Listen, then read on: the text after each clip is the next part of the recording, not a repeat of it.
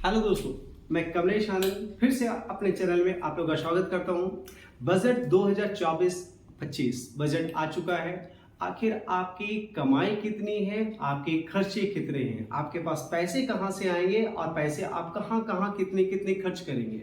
आम जीवन में क्या होता है, हमारे पास पैसे आने का सोर्स ऑफ इनकम बहुत कम होता है, लेकिन खर्चे हमारे बहुत ज्यादा होता है। मतलब ये कहावत है, आमदनी अठन्नी खर्चा रुपया। तो इसी प्रकार से हमारे देश में जिस तरह से हमारे पास क्या होता है, क्या हमारे मंथली का सैलरी कितना होगा, कहां कहां से पैसे आएंगे, ये हम लोग महीने में देखते हैं और फिर ये तय करते हैं कि भाई कहां कहां कैसे कैसे कितना कितना पैसे खर्च करने हैं। उसी प्रकार से हमारे देश में भी ये बजट तय किया जाता है बजट के रूप में कि भाई हमारे पास पैसे कहां कहां से आने वाले हैं और कहां कहां खर्च किए जाते हैं। तो ये जो बजट होता है उसे क्या कहा जाता है, वार्षिक वित्तीय विवरण होता है। ये क्या होता है, वार्षिक वित्तीय विवरण, मतलब फिनेंशियल, आप लोग का जो एनुअल फिनेंशियल स्टेटमेंट होता है उसी को बजट के रूप में हम लोग जानते हैं। ठीक है, तो ये बजट में क्या है भाई, जरा देखा जाए कि लोअर क्लास लोगों को सब्सिडी दिया जाता है, अपर क्लास वाले को रिबेट दिया जाता है और मध्यम वर्ग के लोगों को डिबेट दिया जाता है। तो अब देखेंगे हम लोग बजट में आखिर क्या क्या पेश किया गया है, बजट इस वर्ष का कैसा है, ये हमारे लिए यूजफुल है या नहीं। चलिए,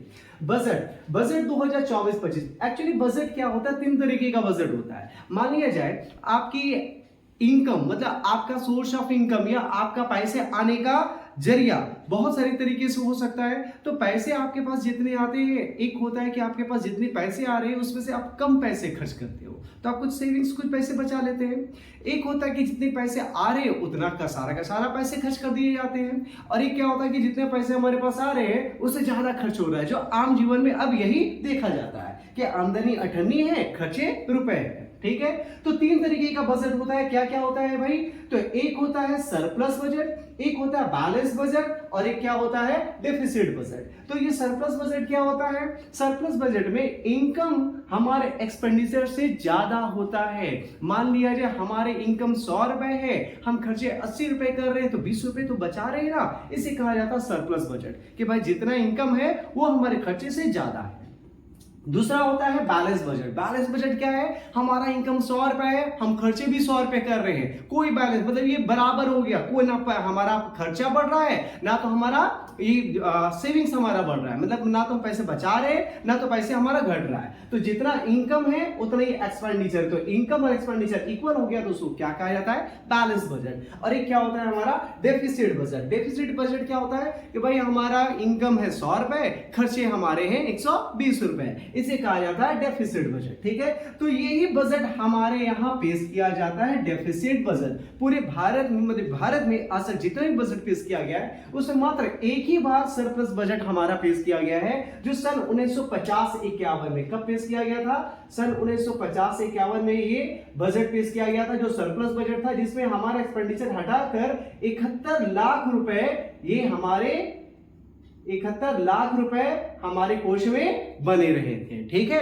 तो ये बस 1950-51 में एक बार ही ये बजट पेश किया गया था, जो सरप्लस बजट था। ठीक है, अब हमारे पास बजट तीन प्रकार के होते हैं, सरप्लस बजट, बैलेंस बजट और डेफिसिट बजट। तो ये हमारा क्या है, डेफिसिट बजट, जिसमें रिसिप्ट का मतलब कि पैसे कहां से आएंगे, कितने आएंगे, उसको थोड़ी देर में देखेंगे कि कहां कहां से पैसे आते हैं। लेकिन पैसे जो आ रहे हैं वो रिसिप्ट बजट कितना है, 31,29,200 करोड़, ये हमारा रिसिप्ट होगा। लेकिन एक्सपेंडिचर हमारा कितना होने वाला है, 48,20,501 करोड़, ये हमारा एक्सपेंडिचर होगा। मतलब इनकम इतना है, एक्सपेंडिचर इतना है, तो एक्सपेंडिचर बढ़ रहा है तो डेफिसिट कितना हो रहा है, 16,13,312 करोड़, इतना अधिक खर्च होंगे। तो आपके दिमाग में सवाल आ रहा होगा कि भाई अगर ये इतना इनकम है और ये एक्सपेंडिचर ज्यादा हो गया तो ये जो डेफिसिट है कहां से भरपाई होगी, ये पैसे कहां से आएंगे। तो भाई आपके पास जैसे पैसे की कमी हो जाती है, आपका एक्सपेंस बढ़ जाता है, इनकम कम हो जाता है, तो आप क्या करते हो, लोन लेते हो, किसी से मदद लेते हो। सिमिलर गवर्नमेंट भी क्या करती है, ये लोन लेती है। ठीक है, तो ये जो डेफिसिट है ये क्या करेगी, बोरो करेगी गवर्नमेंट। तो ये बोरो करेगी कितना, 16,13,312 करोड़ रुपए। ठीक है, अब ये रिसिप्ट जो है भाई 31, 29, 200 करोड़, ये गवर्नमेंट के पास कहां से पैसे आएंगे उसका विवरण है। तो चलिए, ये इनकम जो आएगा, जो पैसे आएगा सरकार के पास, वो कहां से आने वाला है। तो ये उधार, अगर आप किसी को उधार दिए हैं तो भाई उससे इंटरेस्ट मिलेगा या नहीं मिलेगा। तो उधार से 20 से मतलब कि मान लिया जाए आपके पास 100 रुपए आ रहे हैं, तो 100 रुपए कहां से आ रहे हैं, तो 100 रुपए में 27% मतलब 27 रुपए आपका उधार से आएंगे, मतलब आप जिसको उधार दिए उस उधार से 27 रुपए आने वाले हैं। इनकम टैक्स से जो टैक्स जनरेट होगा, इनकम टैक्स से 19 रुपए आने वाले हैं। 19 रुपए कहां से आएंगे, इनकम टैक्स से। जीएसटी से 18%, मतलब 18 रुपए जीएसटी से आएंगे। कॉर्पोरेट टैक्स से 17 रुपए आएंगे। नॉन टैक्स रिसिप्ट से 9%, मतलब 9 रुपए आएंगे। एक्साइज ड्यूटी से 5 रुपए आएंगे। कस्टम ड्यूटी से 4 रुपए आएंगे और नॉन डेट रिसिप्ट से कितने आएंगे, 1 रुपए आने वाले। तो ये टोटल कितने होंगे, 100 रुपए, 100% आपके रुपए ये आते हैं। तो ये 100 रुपए तो आपके पास कहां से आ रहे हैं, ये पूरा डेटा है। अब आपका खर्चे कितने हैं भाई, तो खर्चे 48, 20, 512 करोड़। तो ये खर्चे कहां कीजिएगा, तो इसको इतनी प्रतिशत रुपए, इतना प्रतिशत बांटा जाएगा। तो इसको दूसरे रुपए समझते हैं कि मान लिया जाए आपको 100 रुपए खर्च करने, कितने रुपए, 100 रुपए खर्च करने हैं। तो ये जो 100 रुपए खर्च कर रहे हैं, ये 100 रुपए कहां खर्च कीजिएगा, तो 100 रुपए में 21 रुपए खर्च होंगे state shares of tax duty पर। ठीक है, ये 21 रुपए कहां खर्च होंगे, state shares of tax duty पर। 19 रुपए कहां खर्च होने वाले, इंटरेस्ट पेमेंट पे। आप किसी से लोन लिए हो तो उसका इंटरेस्ट भी तो आपको देना है भाई। आप अगर बैंक से लोन लोगे तो आपको इंटरेस्ट पे करना पड़ेगा ना। तो उसी प्रकार से गवर्नमेंट जहां से लोन ली है तो उसका ब्याज भी तो अदायगी करना पड़ेगा।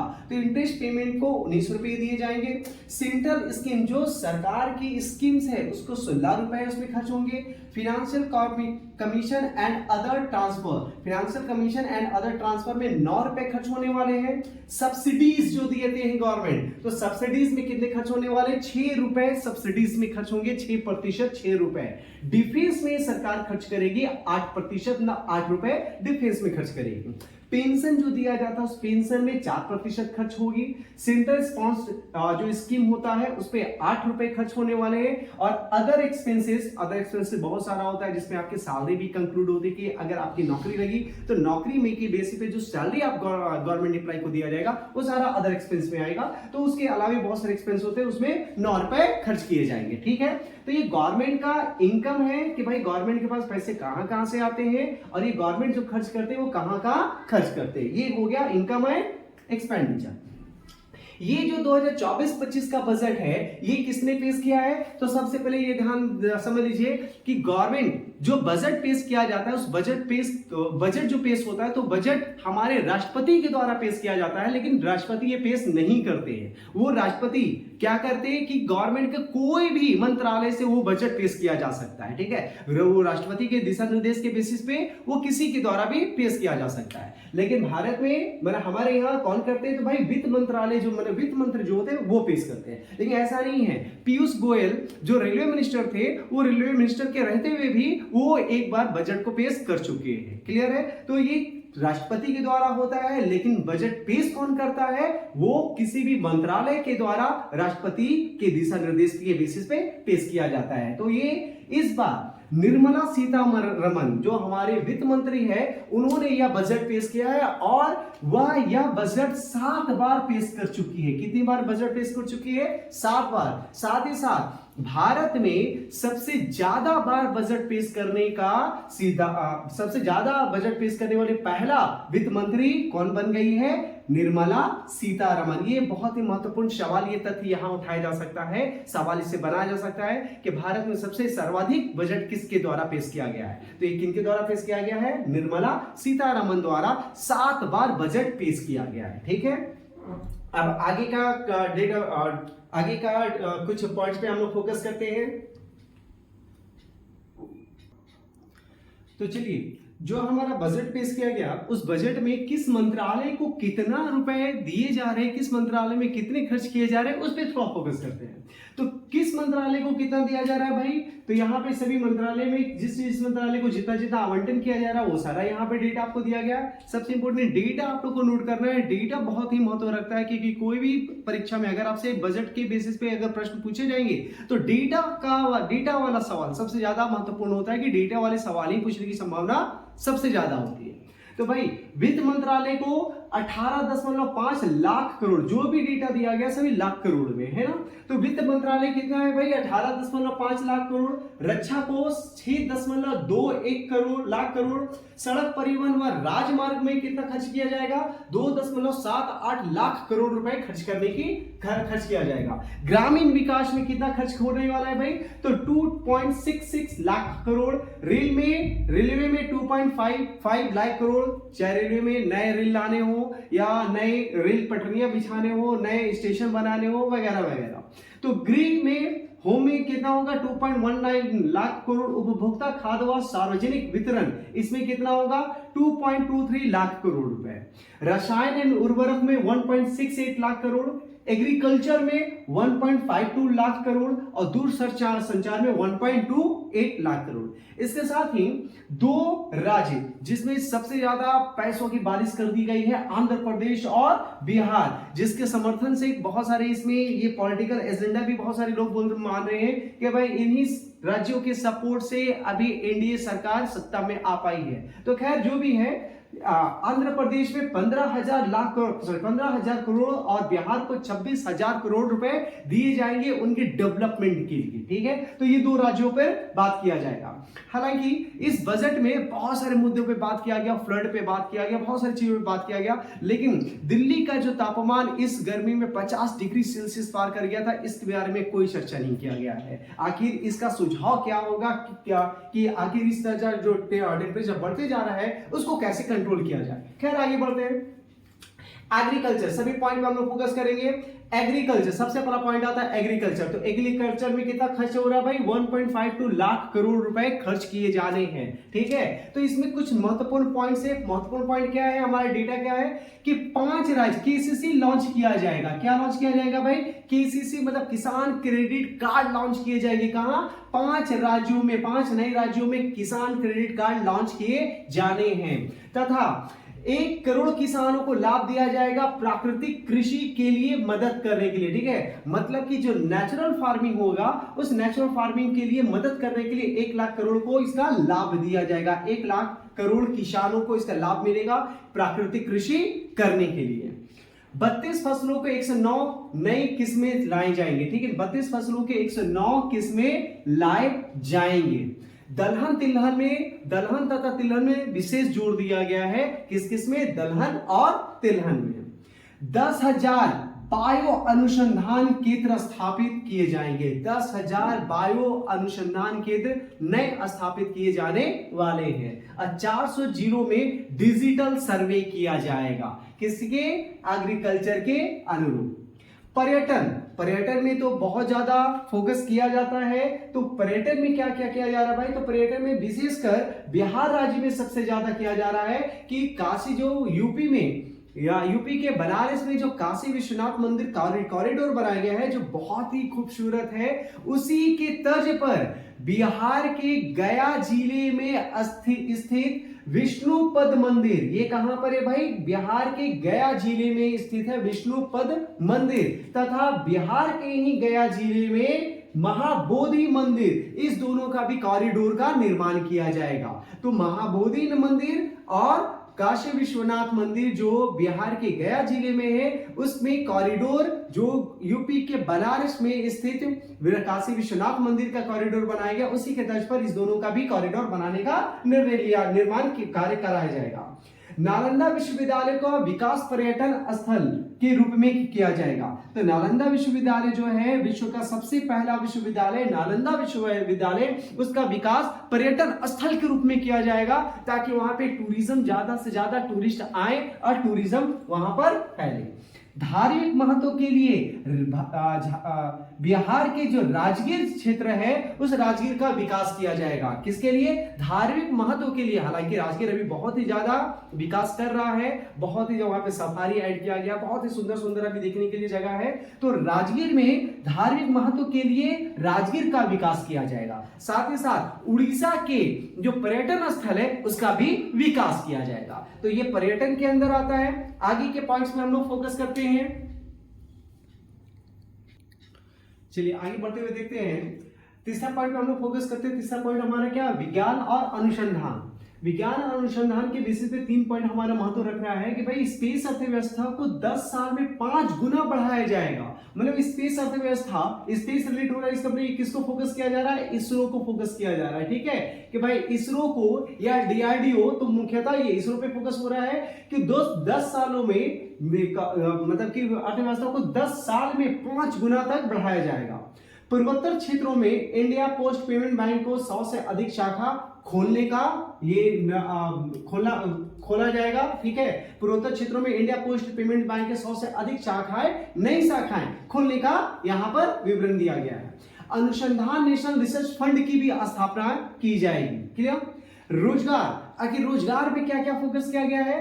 तो अगर किसी व्यक्ति का, किसी युवा का अगर या किसी व्यक्ति का अगर वेतन 1 लाख से कम है और वो पहली बार ईपीएफओ में रजिस्ट्रेशन कराता है, अगर किसी व्यक्ति का वेतन 1 लाख से कम वेतन है तो और अगर वो ईपीएफओ में पहली बार रजिस्ट्रेशन करा रहा है तो उसको 15,000 रुपए का मदद सरकार के द्वारा मिलेगी। और ये 15,000 का मदद 5,000 करके 3 किस्तों में, 3 इंस्टॉलमेंट में दिया जाएगा। कितने में? 3 इंस्टॉलमेंट में दिया जाएगा। इसमें लगभग 2 लाख करोड़ खर्च, 2 लाख करोड़ खर्च होने का अनुमानित किया गया कि भाई 2 लाख करोड़ इसमें अनुमानित खर्च किया जाएगा। ठीक है, नेक्स्ट, राष्ट्रीय औद्योगिक मिशन के तहत 100 शहरों में इंडस्ट्रियल पार्क विकसित किए जाएंगे। किसके तहत? राष्ट्रीय औद्योगिक मिशन के तहत। ये सवाल बन सकता है कि 100 शहरों में इंडस्ट्रियल पार्क विकसित किए जाएंगे, किस योजना के तहत? तो भाई ये क्या? राष्ट्रीय औद्योगिक मिशन के तहत। ठीक है, ये भी एक महत्वपूर्ण सवाल बन सकता है कि 1 लाख से कम वेतन पे ईपीएफओ में पहली बार रजिस्ट्रेशन करने पे कितनी का मदद सरकार के द्वारा घोषणा किया गया? तो 15,000 रुपए मदद की घोषणा किया गया है। ये 5-5 हजार करके 3 इंस्टॉलमेंट में आएंगे और इसमें लगभग अनुमानित है 2 लाख करोड़ खर्च होने का। एमएसएमई को बढ़ावा देने के लिए मुद्रा लोन को 10 लाख से बढ़ाकर 20 लाख किया गया है। एमएसएमई को बढ़ावा देने के लिए क्या किया गया भाई? मुद्रा लोन को 10 लाख से बढ़ाकर 20 लाख। लेकिन इसमें ये एक भी कंडीशन है कि जो पहले अगर लोन लिए हैं और उसका भुगतान वो कर चुके हैं वो इसका लाभ उठा पाएंगे। युवा के लिए क्या आया भाई? युवाओं के लिए आखिर इस बजट में क्या क्या बिंदुओं पर फोकस किया गया है, रेखांकित किया गया है? तो युवा के लिए इसमें लगभग 2 लाख करोड़ अनुमानित खर्च किया जाएगा। ठीक है, ये क्या है?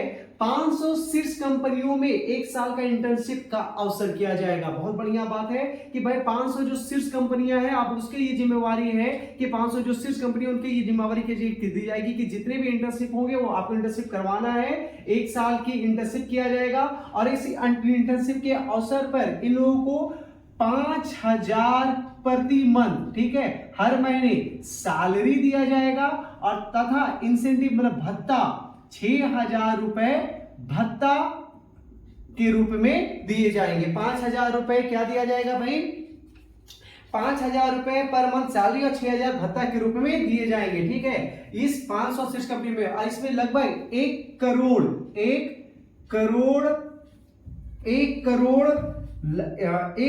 लोगों को, मतलब 1 करोड़ युवाओं को इसमें लाभ मिलने वाला है। 1 करोड़ युवा को इसमें लाभ मिलने वाला है। ठीक है, ये कब तक? अगले 5 वर्षों तक। अगले 5 वर्षों तक 1 करोड़ युवा को इसमें लाभ मिलेगा। हालांकि 4 लाख युवा इसका लाभ उठा पाएंगे और अगले 5 वर्षों तक ये 1 करोड़ युवा इसमें लाभ उठा पाएंगे। ठीक है, अगला क्या है, शिक्षा के लिए 1.48 लाख करोड़ का बजट दिया गया है कि शिक्षा में कितना दिया जाएगा भाई, 1.48 लाख करोड़। देश में किसी भी संस्थान में हायर एजुकेशन, अगर आपको हायर एजुकेशन लेना है और देश के किसी भी संस्थान में जाएंगे तो उसके लिए 10 लाख लोन का प्रावधान किया गया है कि आपको 10 लाख तक का लोन दिया जाएगा, जिसमें इसके लोन के भुगतान के लिए चूंकि आप लोन लीजिएगा तो उसमें आपको इंटरेस्ट भी पे करना पड़ेगा। तो सरकार ने क्या प्रावधान किया कि इस लोन का 3% जो इंटरेस्ट ब्याज की अदायगी होगी वो सरकार के द्वारा किया जाएगा। मतलब मान लिया जाए अगर आप education loan, higher education loan, अगर देश के किसी संस्थान के लिए आप 10 लाख का लोन उठाएं या कितने भी रुपए का लोन उठाएं, लेकिन मैक्सिमम 10 लाख तक का, ठीक है, और उसका इंटरेस्ट ऑफ रेट 8% है, तो 8% में 3% सरकार के द्वारा ब्याज की अदायगी की जाएगी, इंटरेस्ट 3% सरकार देगी, बाकी का 5% इंटरेस्ट आपको पे करना है। उसके बाद 5 वर्षों में आईटीआई को हब एंड स्कोप अपग्रेड किया जाएगा, ठीक है। 5 वर्षों में आईटीआई को क्या करना है, हब एंड स्कोप में अपग्रेड किया जाएगा। क्यों? ताकि स्किल ट्रेनिंग के लिए और भी अच्छे स्किल्ड हो जाए, ठीक है। ये क्लियर है। आगे का डेटा, ये कुछ तथ्यों पे डिस्कस हुआ, आगे के कुछ और तथ्यों पे हम लोग फोकस करते हैं। इसमें एक और महत्वपूर्ण ध्यान दीजिएगा कि भाई ये जो हायर एजुकेशन के लिए जो 10 लाख तक का लोन का प्रावधान किया गया है कि जो हायर एजुकेशन अगर आपको चाहिए तो 10 लाख तक का लोन का प्रावधान आपको दिया जाएगा, जिसमें 3% का ब्याज की अदायगी जो इंटरेस्ट होगा वो गवर्नमेंट पे करेगी। ये उन्हीं युवाओं के लिए होगा जो अभी तक सरकार के किसी भी लाभ नहीं लिए हैं। सरकार का अगर कोई लाभ आप नहीं लिए हैं तब ये मतलब कि ये पॉइंट आपके लिए एप्लीकेबल है, और अगर आप इसके लिए एप्लीकेबल है तो आप लोग अप्लाई कर सकते हैं। तो ये किसके लिए है? वैसे विद्यार्थी जो विद्यार्थी सरकारी योजना का लाभ नहीं उठा पाए हैं, जो अभी तक किसी भी सरकारी योजना का लाभ नहीं उठाए, उन लोगों के लिए हायर एजुकेशन में 10 लाख तक का लोन का प्रावधान किया गया है, जिसमें 3% ब्याज सरकार के द्वारा दी जाएगी। आगे हमारा क्या है कि महिला तथा बालिका विकास को बढ़ावा देने के लिए हमारे गवर्नमेंट ने क्या किया है कि महिला और विकास करने के लिए इसमें 3 लाख करोड़ का खर्च आवंटित किया है। कितना? 3 लाख करोड़ रुपए इसमें खर्च आवंटित किए हैं। इसके लिए क्या किया जाएगा कि कामकाजी महिला, अगर अपने घर छोड़ के, बहुत सारी महिलाएं क्या होते हैं घर छोड़कर बाहर जाते हैं काम करने के लिए, कार्य करने के लिए, कोई महिला अपने बच्चों के साथ में लेके जाती है, तो ऐसे महिलाओं के लिए, कामकाजी महिलाओं के लिए हॉस्टल, मतलब कि ऐसे महिलाओं के लिए हॉस्टल तथा शिशु गृह, क्या भाई, शिशु गृह उनके ऑफिस के आसपास बनाने का लक्ष्य रखा गया है कि भाई महिला बालिका विकास को बढ़ावा देने के लिए 3 लाख करोड़ आवंटित किया गया है। ऐसी कामकाजी महिला जो घर से दूर रहते हैं उनके लिए उनके कार्यस्थल के नजदीक हॉस्टल बनाने का, तथा अगर उनके साथ उनके बच्चे हैं तो बच्चों के लिए शिशु गृह बनाने का निर्णय इसमें लिया गया है। सोलर एनर्जी एवं स्वच्छ पेयजल बढ़ावा देने के लिए सूर्य घर मुफ्त बिजली योजना, ये बहुत ही महत्वपूर्ण है कि सूर्य घर मुफ्त बिजली योजना के तहत कितने घरों को एक करोड़ घरों को कितना यूनिट मुफ्त बिजली देने का आवंटन किया गया है। तो भाई सूर्य घर मुफ्त बिजली योजना के तहत 1 करोड़ घरों को 300 यूनिट मुफ्त बिजली प्रत्येक माह दिया जाएगा। कितना भाई? 300 यूनिट मुफ्त बिजली आपको प्रत्येक माह दिया जाएगा, ठीक है। लेकिन ये इनके लिए होगा भाई बीपीएल, जो भी पॉवर्टी लाइन के नीचे आते हैं उनके लिए यह योजना, इस योजना को उनको लाभ मिल पाएगा, जो भी मतलब कि जो भी पॉवर्टी लाइन के नीचे आते हैं उनके लिए। और इसके लिए लगभग 14 लाख आवेदन आ चुके हैं। 14 लाख आवेदन प्राप्त हो चुके हैं। कितने लाख आवेदन प्राप्त हो चुके हैं? 14 लाख आवेदन इसमें प्राप्त किए जा चुके हैं, है ना। साथ ही साथ अगर आप 1 करोड़ घरों को 300 यूनिट तक हर माह फ्री बिजली दिया जाएगा, और यदि 3 केवी क्षमता सोलर पैनल लगाने से सालाना 15,000 की बचत हो पाएगी। ठीक है, 100 बड़े शहरों में पानी की सप्लाई को बेहतर करने के लिए, पानी का जो समस्या होता है उस सप्लाई को बेहतर करने का काम होगा, तथा जो सीवेज का समस्या होता है सीवेज के ट्रीटमेंट पर भी ध्यान दिया जाएगा, सीवेज के ट्रीटमेंट पर भी ध्यान दिया जाएगा। अब थोड़ा योजनाओं पे फोकस करते हैं। तो भाई एक योजना तो यहीं पर है, सूर्य घर मुफ्त बिजली योजना। ये सवाल महत्वपूर्ण है, ये सवाल परीक्षा में पूछे जा सकते हैं कि सूर्य घर मुफ्त बिजली योजना के तहत क्या किया जाएगा। तो इसमें 1 करोड़ घरों को 300 यूनिट मुफ्त बिजली प्रत्येक माह दिए जाएंगे। दूसरा, पूर्वी भारत के विकास के लिए पूर्वोदय योजना। ठीक है, पूर्वी भारत के विकास के लिए पूर्वोदय योजना। तो पूर्वी भारत के विकास के लिए पूर्वोदय योजना क्या है? तो इस पूर्वोदय योजना में पूर्वी भारत के राज्य जो है जैसे कि बिहार, झारखंड,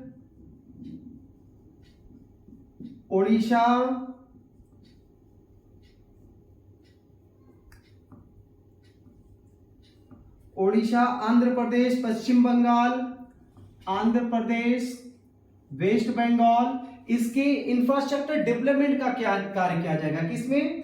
पूर्वी भारत के विकास के लिए। ठीक है, तो ये जो पूर्वोदय योजना है, ये पूर्वोदय योजना ये किसके लिए भाई? बिहार, झारखंड, उड़ीसा, आंध्र प्रदेश और वेस्ट बंगाल के इंफ्रास्ट्रक्चर को डेवलपमेंट करने के लिए विभिन्न विशेष योजनाएं आ रही है। ठीक है, एनपीएस वात्सल्य योजना। तो एनपीएस वात्सल्य योजना क्या है? तो एनपीएस वात्सल्य योजना में अभिभावक जो है अपने अल्प वयस्क बच्चों के लिए जो 18 वर्ष से कम है, 18 वर्ष से कम बच्चों के लिए कुछ अंशदान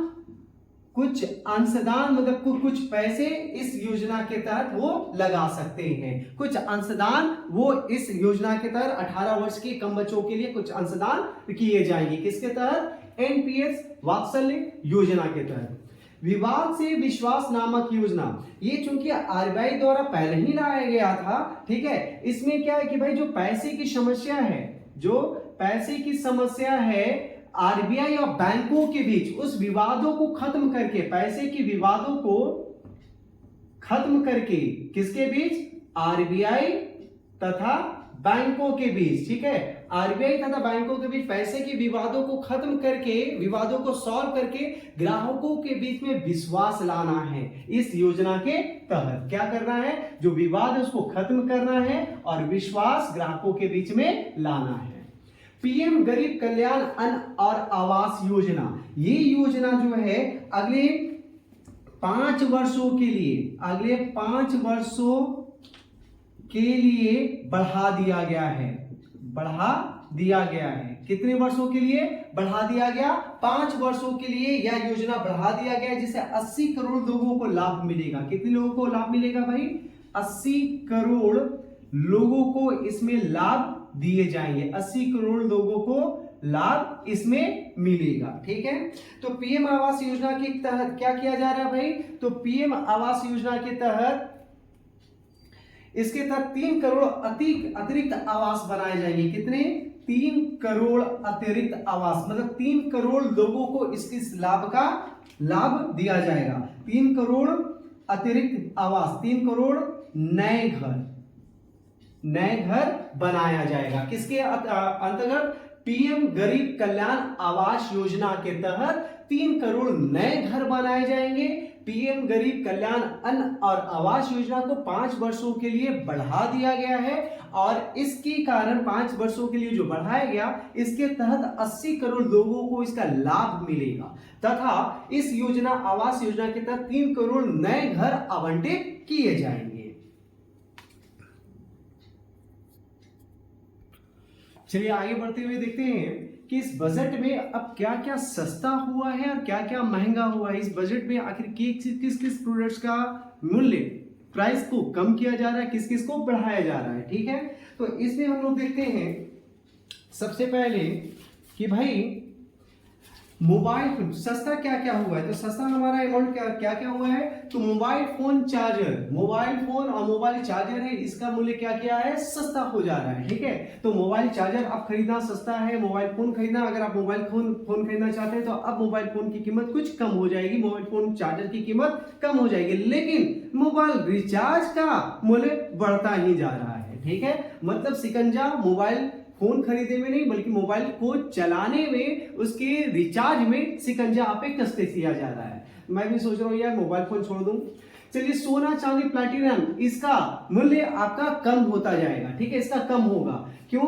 क्योंकि इसमें जो कस्टम ड्यूटी ये कम कर दिया जा रहा है। क्या हो रहा है भाई? कस्टम ड्यूटी इसमें कम कर दिया जा रहा है, जिसके कारण सोना चांदी और प्लैटिनम के मूल्यों में कम किया जाएगा, ठीक है। इलेक्ट्रिक कार का कीमत ये कम किया जाएगा। क्यों? क्योंकि भाई एक लक्ष्य भी रखा गया है कि 2070 तक कार्बन मुक्त देश होगा। क्या? कार्बन मुक्त देश, इसका लक्ष्य रखा गया। इसके अकॉर्डिंग इसके लिए इलेक्ट्रिक कार की कीमतों को कम किया जा रहा है। साथ ही साथ कैंसर की 3 दवा सस्ती हो जाएगी, कॉपर का सामान कम होगा, बिजली के तार का मूल्य कम हो जाएगा, लेदर सामान, अगर आप लेदर शूज पहनते हैं, लेदर बेल्ट पहनते हैं, तो उसका सामान मतलब उसके प्राइस को अब थोड़ा कम किया जाएगा, उसका प्राइस आपको कम हो जाएगा। सोलर सेट्स का प्राइस कम होगा। सी फूड्स, अगर आप सी फूड्स खाते हैं तो उसका भी प्राइस कम होगा। 25 आवश्यक खनिज पदार्थों के मूल्य कम किए जाएंगे। एक्सरे मशीन का प्राइस कम किया जाएगा। अब महंगा, ये तो हमारा सस्ता का प्रोडक्ट हो गया कि भाई किस किस के दामों का मूल्य, किस किस प्रोडक्ट्स का मूल्य को कम किया जा रहा, सस्ता होगा। महंगा क्या क्या होगा? तो महंगा होंगे कौन कौन?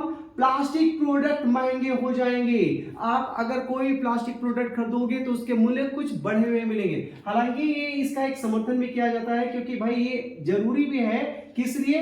पॉल्यूशन को कंट्रोल करने के लिए। अगर इसका प्राइस बढ़ाया जाएगा तो इसका परचेजिंग मतलब इसका सेल भी ग्राफ कम होगा, और इससे जो पॉल्यूशन फैलता है वो कुछ हद तक कम किया जा सकता है। सिगरेट्स के मूल्यों में बढ़ोतरी होगी। अगर आप कोई भी व्यक्ति अगर स्मोक करता है, सिगरेट पीता है, तो उसके मूल्यों में बढ़ोतरी होने वाली है। बहुत बढ़िया बात है कि सिगरेट्स के मूल्यों में अगर बढ़ोतरी होती है तो भाई लोग सिगरेट पीना कुछ तो कम करेंगे। टेलीकॉम प्रोडक्ट्स महंगे होने वाले हैं। हवाई यात्रा, अगर आप हवाई यात्रा करते हैं, एयर ट्रांसपोर्ट का इस्तेमाल करते हैं, तो ये भी अब महंगे होने वाले हैं। अमोनियम नाइट्रेट महंगे होंगे, पेट्रोकेमिकल्स महंगे होंगे, और पॉलीवालेंट कार्बोनाइड, ये क्या हो जाएगा? क्लोराइड, ये भी महंगा होने वाला है, ठीक है। तो ये हमारे सस्ते प्रोडक्ट्स हैं, ये हमारे महंगे होने वाले प्रोडक्ट्स हैं। अब थोड़ा इनकम टैक्स स्लैब के बारे में डिस्कस करते हैं। अंततः चलते चलते वीडियो के अंत में हम क्या डिस्कस करेंगे कि इनकम टैक्स स्लैब, आखिर इस बजट में इनकम टैक्स का स्लैब क्या रखा गया है। तो यदि आपकी आय सालाना 0 से 3 लाख तक रुपए तक है, 3 लाख रुपए तक है, तो आपका जो इनकम टैक्स स्लैब के अंतर्गत आपको कितना टैक्स पे करना होगा? 0%। अगर 3 लाख से 7 लाख तक है तो आपको टैक्स 5% देना होगा। अगर 7 से 10 लाख तक है तो आपको टैक्स 10%, 10 से 12 लाख वाले को 15, 12 से 15 लाख वाले को 20, और 15 से अधिक है तो 30% टैक्स आप लोग को दिया जाएगा। हालांकि टैक्स रिबेट भी होता है, किस किस टर्म में होता है वो आप लोग देख लीजिएगा। साथ ही साथ टैक्स डिडक्शन भी इस बार 75,000 तक रखा गया। कहां तक रखा गया भाई? 75,000 तक रखा गया है। तो ये टैक्स की कहानी है। तो ये बजट था 2024-25 में पेश किया गया। 23 जुलाई को यह बजट पेश किया गया था हमारे वित्त मंत्री सीतारमन द्वारा, ठीक है। तो यह बजट निर्मला सीतारमन द्वारा पेश किया गया। यह निर्मला सीतारमन द्वारा पेश किया गया 7वां बजट है जो भारत में सबसे अधिक बार बजट पेश करने वाले वित्त मंत्री बन गए हैं, ठीक है। तो ये बजट का ये वीडियो कैसा लगा? अगर ये वीडियो आपको पसंद आया है तो वीडियो को लाइक करें, सब्सक्राइब करें और शेयर करना ना भूलें। फिर मिलते हैं अगले वीडियो में, तब तक जय हिंद, जय भारत।